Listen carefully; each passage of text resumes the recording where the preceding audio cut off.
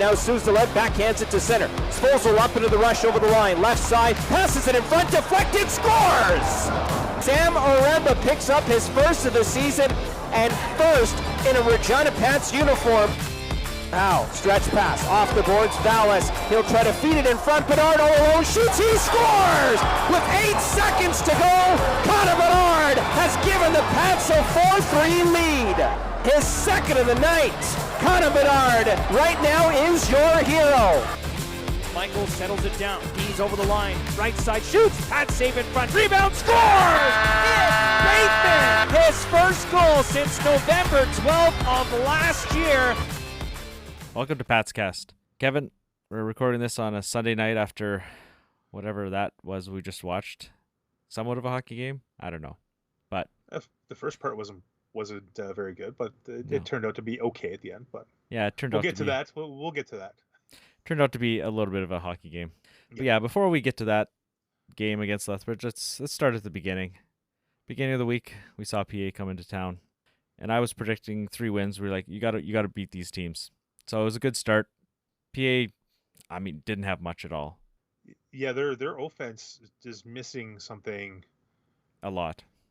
Yeah, a lot. More than something, like you said, a lot. But yeah, there's something not quite right there.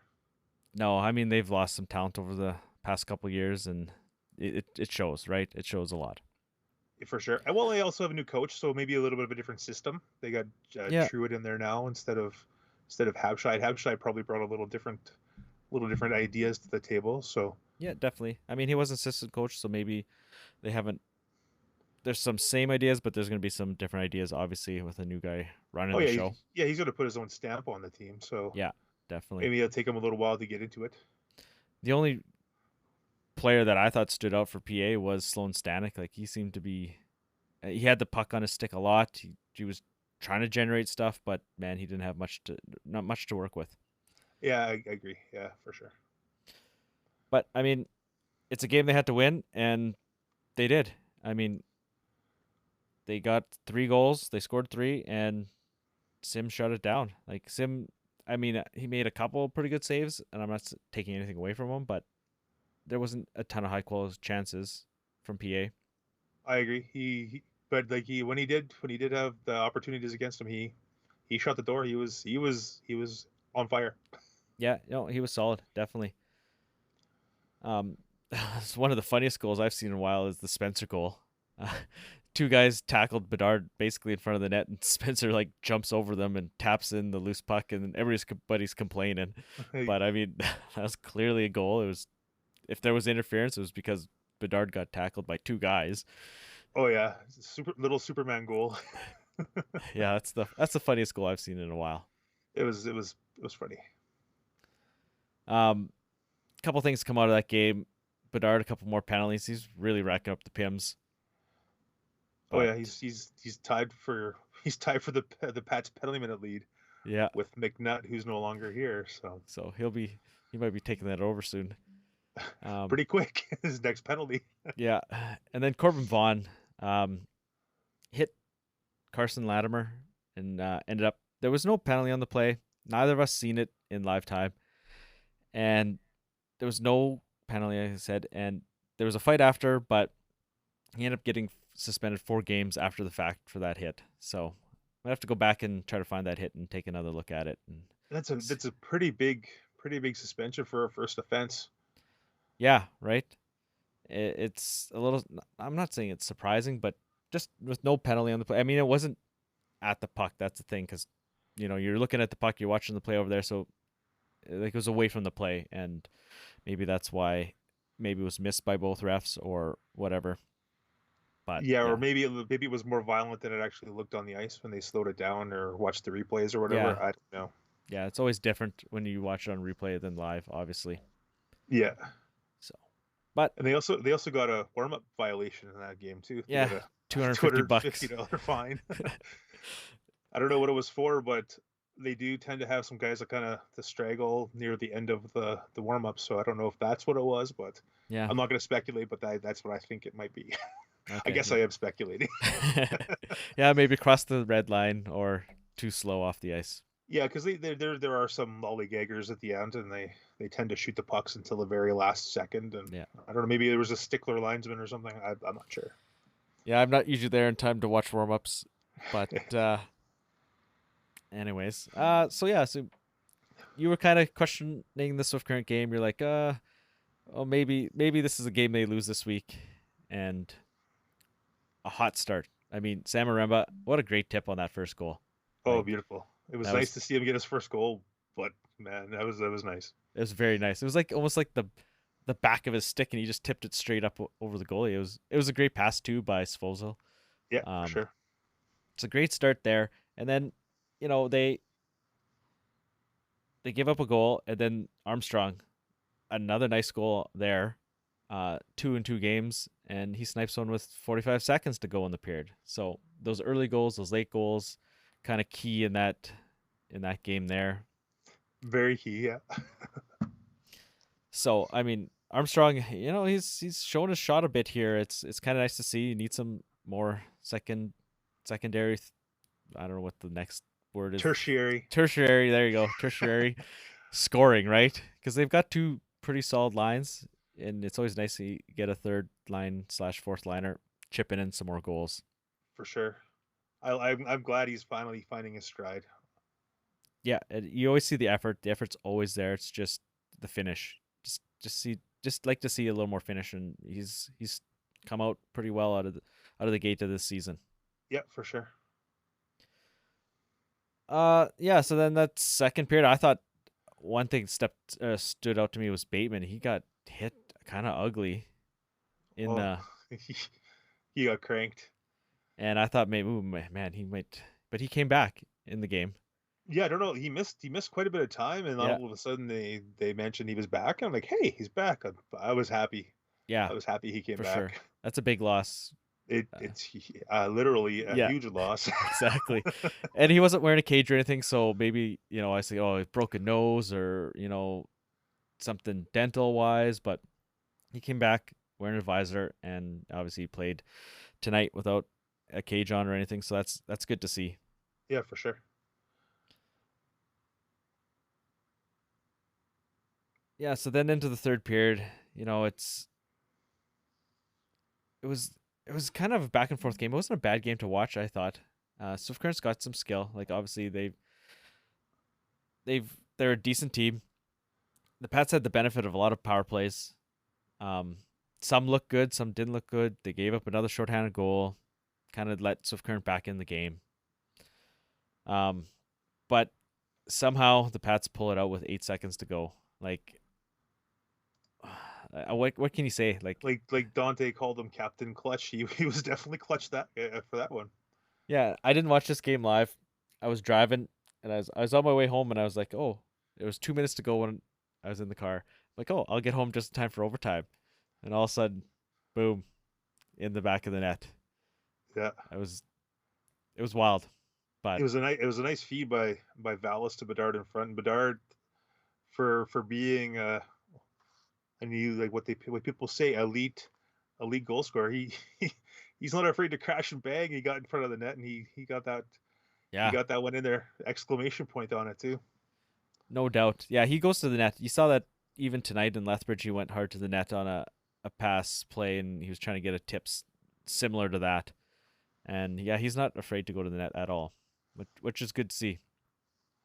For sure, he's not afraid to mix it up. He's getting attacked a lot of times, double teamed many times, and he's fighting back. Yeah, he's battling through it. Like we said, with the penalty minutes, he's taking a lot of pims and scoring some goals, getting some assists, stuff. Yeah, I mean, Swift Current wasn't happy with that. They thought there should have been a penalty right before that, and maybe they thought something with Bedard not running the goalie, but hitting the goalie. But there was a stick on him too. The guy's glove and stick went flying after Bedard scored and stuff. So, but you watch it online there, and the coach was not happy. He was giving the refs an earful. Well, the power plays were 7-1 in that game, so yeah, that doesn't help either. I totally get where he was coming from, but hey, it's referees. They're humans. They miss calls. They make calls they probably shouldn't in many cases, but they're watching it in live time, so you can't. Yep. you can't really criticize. Yeah, I if you guess want you to, can. People you do. can. But if you wanted, But yeah, you're watching it live. You can't second guess. You make the call. You make the call. It's what it is. yeah.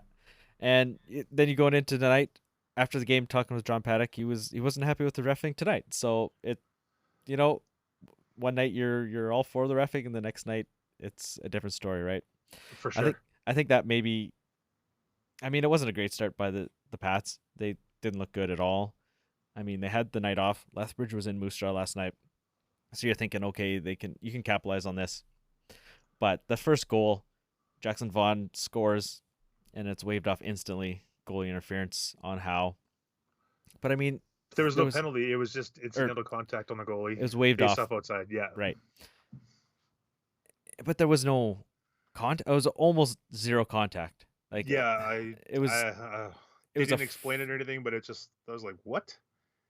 Yeah. I didn't get it, but like I said, live time, referee's decision. I guess you can't really no. can't really take it back. I guess. No, I know, and it happened so early in the game, I kind of forgot about it, and I would have liked to ask John about what maybe explanation he got for that. Yeah. But that could have turned the tide a bit maybe in that game. I mean, you see what happens when the Pats score a goal; they kind of get some momentum. Too bad it took over 40 minutes for them to score a goal. Yeah. I mean, it was just a terrible 40 minutes, even on both sides. It was just an ugly game, kind of to It watch. wasn't a good game at all. It was just... But they get one. Dubinsky scores one, and then you can kind of see the light almost went on from there. Yeah, the switch flipped. Yeah. It was all of a sudden it was hockey. It was, instead of being whatever you call the first two periods, the boring, what was it, 13, 12 shots on net after two periods for for the Pats. It was they like finally, the floodgates open for shots anyways. Yeah, right. I mean, it was worse than one of those preseason games. Like it was not good. Oh, for sure. It was yeah, I almost wanted to stop watching. Yeah, we were not because they were down. It just ugly. I don't know. It was just one of those. I couldn't imagine spending whatever people spend on tickets to go watch that game today. Yeah, it good thing there was 20 minutes and an overtime and a shootout to maybe get your money's worth. Yeah, for sure. Vallis missed a wide open net that would have made it 3-2. He missed the open net, but you go back and watch that Bedard pass. You watch the replay. What an outstanding pass! He's almost at the blue line, backhander, past two defenders on Vallis's tape, and then Vallis, I think maybe he was so stunned that the pass got him there that he had the wide open net. He had time. He could have, easily put it in the net, but he made a reaction shot, and it was and it just went out the other side, right behind the goalie. Yeah. You don't see that often, but it's just like, oof, when you do see it, it's like, oh my gosh, right? And you're thinking, how does he miss that, right? But it is what it is. Michaels, I want to point this out because he made a great play in Brandon, on a Suzdalev goal. He's coming down the wing, and he made a great shot on the far pad, and Suzdalev made a great move to put in a goal, and then he did that again tonight. He had a great shot, far pad, and it was juicy rebound, so juicy it came out to Bateman. It was so far out in Bateman land, and he comes in and snipes a pretty good goal. Actually, it wasn't like the goal into the slot and fired it in there. It's not not much like, room. No, it's not like the goalie was out of position. He had slid over because the rebound was so far out. He had time to slide over, and Bateman still snuck it under his arm or by his arm inside the post there. It was pretty tight. Yeah, it was a good snipe for his first of the season. It was nice. Yeah, career four goals. 4 career goals. Yeah, so and you see a guy scoring like that. That's always good to see. Oh yeah. And then another great play by Bedard on the Howe goal. Like the patience on him to go all the way almost to the goal line, and then to hit Howe in the slot, and Howe's not going to miss from there. Like that's for sure. That's a great play on both ends. Oh yeah, for sure. So it was nice to see some quality hockey for at least 20 minutes tonight. And then overtime, I mean, overtime's overtime. It's 3-on-3. I mean, both teams had a couple chances. Three shots in total in overtime. Was it? Okay. So not much, but I mean, there was chances, maybe not shots, right? Made it look interesting anyways. Yeah. And then the shootout, I guess the best chance was Suzdalev. He had a breakaway, and he kind of, I don't know if he just didn't have the greatest attempt, I think. Wasn't it in the third period? Or was that in the third period? I think it was in the third period. Not in overtime? No. Or was it overtime? I can't remember. I was actually shocked he didn't get called for the shootout. But yeah. Yeah. I mean, either way, he had a great chance. But yeah, the shootout is the shootout, whatever. I'm not going to fault anything for it's the shootout. Shootout's a shootout. I mean, keeper, I thought, had a really good third period. Maybe he wanted a couple of those back. The first couple were the third goal was just a scramble play. It's nothing on him. Yeah. But I thought he played a really great third period. He made some big stops. Kept the team. He bounced back for sure. Yeah, kept the team in it. Didn't give up that fourth goal. Gave him a chance to win. And so good to see him have another solid game. I mean, both him and Sim, I think we're pretty happy with this goaltending. Like this week was pretty solid. Yeah, overall, sure. right? We've got if you look at their stats right now, they're pretty good. They both have over 900 save percentages. They're both under 3 goals against on the average. What more can you ask for? Especially lately with the Pats. Yeah, right. With the 4 goals against averages and stuff like that. These guys, they're so far 11 games into the season. I can't complain. No, not at all. And I mean, we talked to Sim after the PA game. Obviously, he was the first star, and he talked to kind of about his journey from actually even going back before the league got shut down and stuff. And he kind of talked about his journey from there and into this offseason where, obviously it was a huge offseason for him coming in, especially with the Pats acquiring another goalie.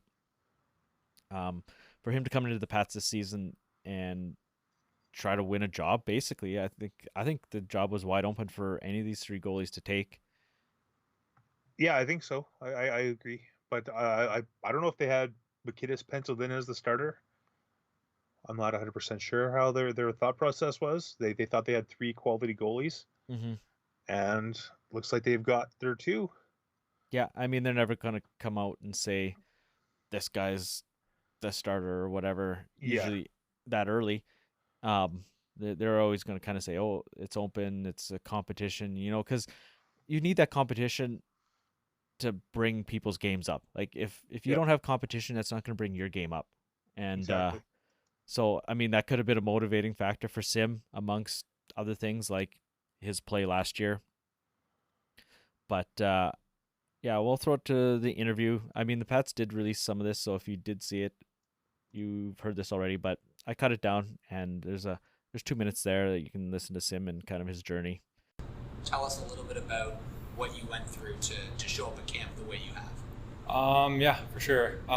First couple, probably month and a half of summer, I took it completely off, didn't touch my gear, nothing, just kind of spaced out, got away from the game, reset, especially after a kind of tough end into a season like that. I believe that's big for mental health and just mentally being better. And then it was right back into gear. I was in the gym probably started June. And then I probably wasn't on the ice until July. And then that was kind of like, okay, everything we got for the rest of the summer in the gym, on the ice every day. And I hit pretty much all my goals I had set with my trainer and my goalie coach throughout the summer. So even before I got here, it was just my game was swinging really sharp. Both Brad and Easton said they know you have the talent. So was there anything in the summer that clicked, or is it just the hard work? Yeah, I think it was just mostly hard work and kind of sticking with it. Kind of right after, because I played my first games 2019-20 right before we got shut down. And then obviously went into lockdown, and I had a really tough time with that and actually thought about giving up hockey for a while there. So then my bubble year didn't end up going too well. And I think last year kind of bled into that a little bit. So I think this is just kind of where I would have been without that break. What does it like represent to you to get this after all the hard work that you've put in? I think it just exemplifies perseverance. Obviously, last year was real tough for us as a team, the end there, and then I didn't have the greatest year personally or for the team itself. So it's pretty easy to just kind of back down and say, oh, whatever, I'll just go to school after this, or kind of just give up on your dreams. But I came back and I wanted to come back in even hungrier than I was last year. Back to Sim. Last year, in his 30 appearances with the Pats, he went 6-18, 1-2. This year, in 5 games, he's 5-0. He's almost got as many wins in way less games. If people complain about his play, they need to find something else to complain about, because his goals against average is almost down a full 2 goals. His save percentage is up like pretty much 60 points. Yeah, I'm happy. I'm happy. I was one of his critics. I'm sure many people were. I mean, the team as a whole struggled as well, and it's always it's the goalie gets, I think, more than his fair share of. It's like a quarterback in football. Yes, exactly. They get more than their fair share of either the praise or the backlash, right? Because he's the last line of defense. I mean, a lot of those goals even last year weren't even his fault, like, because there was some poor defensive play. Oh yeah, and for sure. That tacks onto his stats. It doesn't go on the defenseman's stat, right? Other than a minus, but yeah. But I'm impressed with him, and keeper's keeper. Hopefully he can keep going and keep the numbers good, because they're both under 3. They're both over 910, like 913 and 915 save percentage. Like, you can't ask for anything better, because those would be really good numbers in Pats history. So yeah, I mean, keep in this that league, up for the rest of the season. Perfect. Yeah, in this league, anything over 900 is pretty good, right? Yeah, for sure, especially lately. Yeah. So, but if they can keep the goals against average to under 3, yeah, the Pats are going to win a lot of games, because you can guarantee the Pats they can score goals. Yeah, you know they can score goals, and if they can keep the goals to 3 or less, they have a chance to win quite a few games. I'm not going to say like 50 games or anything like that, but they have a chance to win a lot of games. I'm sure they'll have some rotten games in there too, because that happens with everybody. Like, look at Everett. Yeah, I mean, that's junior hockey, right? Exactly. But you can outscore other teams, and this team actually finally has some pretty good skill, and they have depth of skill. Like, they have 3 solid lines now. Yeah, for sure. So yeah, like I said, keeper not giving up that 4th goal tonight against Lethbridge, that was huge, right? Oh yeah. That right there, you keep it 3 or less, you're gonna have a chance to win every night. Exactly, yeah. So yeah, with that, heading into next week, then it's just a light week. We got Moose Jaw. Home with Moose Jaw. Yeah, Thursday, Sunday. So a couple days off in between. I don't know if Moose Jaw plays that weekend as well or not. Not sure. Guess I should have checked that. They do not. So. Oh, so they both have the same amount of rest. So. Yeah. So. Should be 2 well-rested teams, because Moose Jaw hasn't played since Saturday. They're not playing till Thursday, so should be 2 pretty well-rested teams. Yeah, and it was 2 pretty good games to open the season against them. Maybe Moose Jaw's struggled a bit. Maybe not playing up to their expectations. I mean, they're 5-4 right now. They think they could be a little better than that, but they're not scoring a lot of goals, I don't think. They've only scored 27. They've given up 30. Yeah, because they beat Lethbridge 4-3. They lost 4-2, lost 4-1, beat Winnipeg 4-1. I think they scored 5 against the Pats in their opener, and they haven't scored more than 4 since. Yeah. So they're struggling to score. Yeah, in comparison, Pats have scored 38, but they've also given up 38, the Pats. But Yeah. yes, they've scored 10 more goals. I mean, the Pats have played 2 more games, so that's kind of evens out a bit. But yeah, I mean, looking around at the standings here and on this page, out west, if you're not following that closely, Seattle, Portland, they're both 7-0. Everett's 7-2 after just blowing a huge lead, or getting blown out. Yeah, 11-3 to Seattle. Yeah, Seattle. Isn't it? Yeah, Seattle. Yeah, Seattle. Seattle is looking really good. They'll be coming to town. I can't remember when exactly, but I know there's a couple American teams coming in next week. Got Tri-City and Everett, I believe. But yeah, Seattle. Yeah, I mean, going to the conference to the league final last year, they're just kind of right where they left off. And yeah, they're just retooling. They don't even have to rebuild. They're just No. retooling. I don't know what they've done there, but man, they've got something I know. built there. It's gonna almost go back to that kind of trend that was happening. It happened like 3 years in a row where the team that lost the WHL final won the next season. Like teams had been built for more than just one season. Yeah.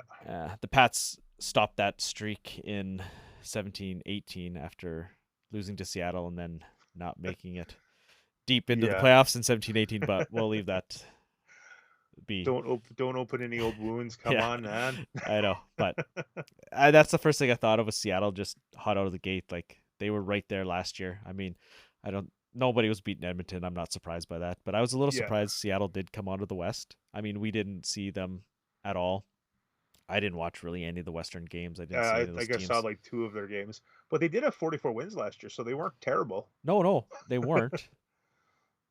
They were only 6 points out of first in the conference, so like they were They were right up there. really strong.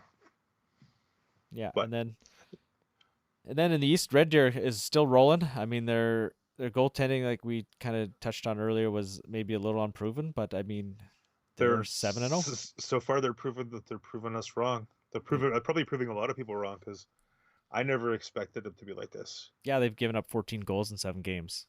They're they got something there. It's unbelievable. Yeah, and they got Ben King back.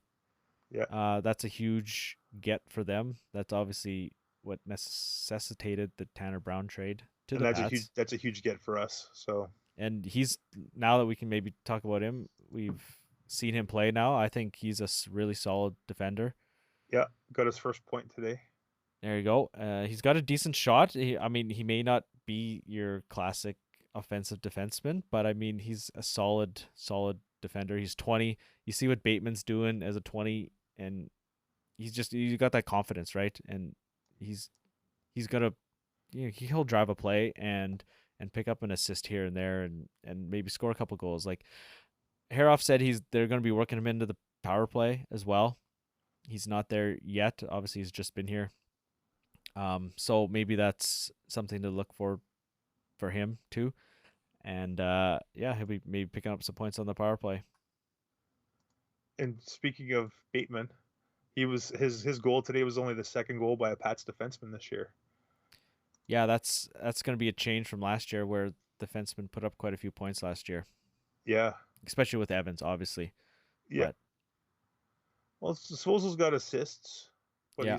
he's not scoring yet. he hasn't scored I'm any sure goals. he will because he's taking shots and stuff here and there, but we don't really have a guy to fill the power play quarterback shooter on the defense. So Well, I mean, that's going to be Svozil, whether or not it works out. He's Yeah. going to be that guy, right? He's going to have Yeah. the opportunities. yeah, Feist, Feist doesn't shoot enough when he does play. Yeah. He has 11 shots in 11 games. Like he's the next.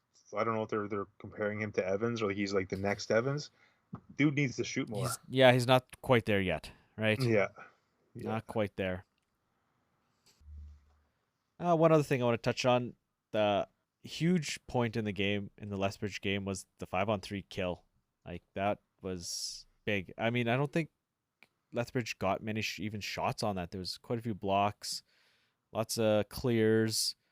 I thought that was a huge turning point. And like we've touched on the penalty kill already this year, it's been looking good. Yeah, other than a couple 1-for-1s against, the penalty kill is it's in the 80%. What is it? 83% now or something like that, around there. 83.3%, which is 7th in the league, which is amazing because last year I think it was at like 60-some% for much of the year and ended up in the 70s. Yeah, it was So- regularly at the very bottom of the. Yeah, and like they're in seventh right now, so it's Yeah. pretty. Last year they finished 71.9, and they were last place overall in the penalty kill. Yeah, So and 71 was pretty high for the whole season. You know, like that 'Cause- that could be the high point of the season. yeah, because they were in the 60s for quite a while. Yeah. So 83.3. I know it's only 11 games. There's still 57 games left, but if they could keep even close to this pace, that'll help get the power play going, which has its good points and low points, and Yeah, they're it's kinda- 16.3%. If they can get that up to what they were running, didn't they have like 20 some last year? Yeah, the penalty kills or the power play was really good, pretty good last year. Yeah, like they're running they were 18th. 4th in the league last year, 26%. If they can get that power play, even like to 23 or 24, Yeah, and keep the penalty kill at 80, they're gonna have a good year. yeah, you want that kind of 100%. Yeah, you want to Between the have two. 100 or more. Yeah, 100 combined or more, which would be awesome. Yeah, I asked Spencer about the penalty kill, and he kind of said, "Yeah, we've changed some things up, and they've been working on it. So, I mean, it's working, so that's nice to see. Just got to work on that power play. I mean, they got so much skill now. They gotta really hone it in. I mean, they had, like I said, they had 7 in Swift Current, and But they only had one. They only had one against Lethbridge, one tonight. Yeah, so like they really couldn't work on it. yeah, They did. They No. did have a couple opportunities. They did move it around a little bit, but they just, I don't know. It's just no fluidity there. I guess. I mean, I think that's a product of the game where there was nothing going on. They weren't generating opportunities to draw a penalty, right? There wasn't odd man rushes. They weren't out skating Lethbridge. Yeah, that stuff like that. The first 2 periods was just blah. Yeah. It was blah hockey. And So well, Paddock said they were very lackadaisical. So yeah, he didn't sound too impressed in Oh. his post game thoughts. So he was not. He gave the word pathetic to the first 2 periods. That's the only That's- word you need to know about the first 2 periods if you do not see the game. Pathetic.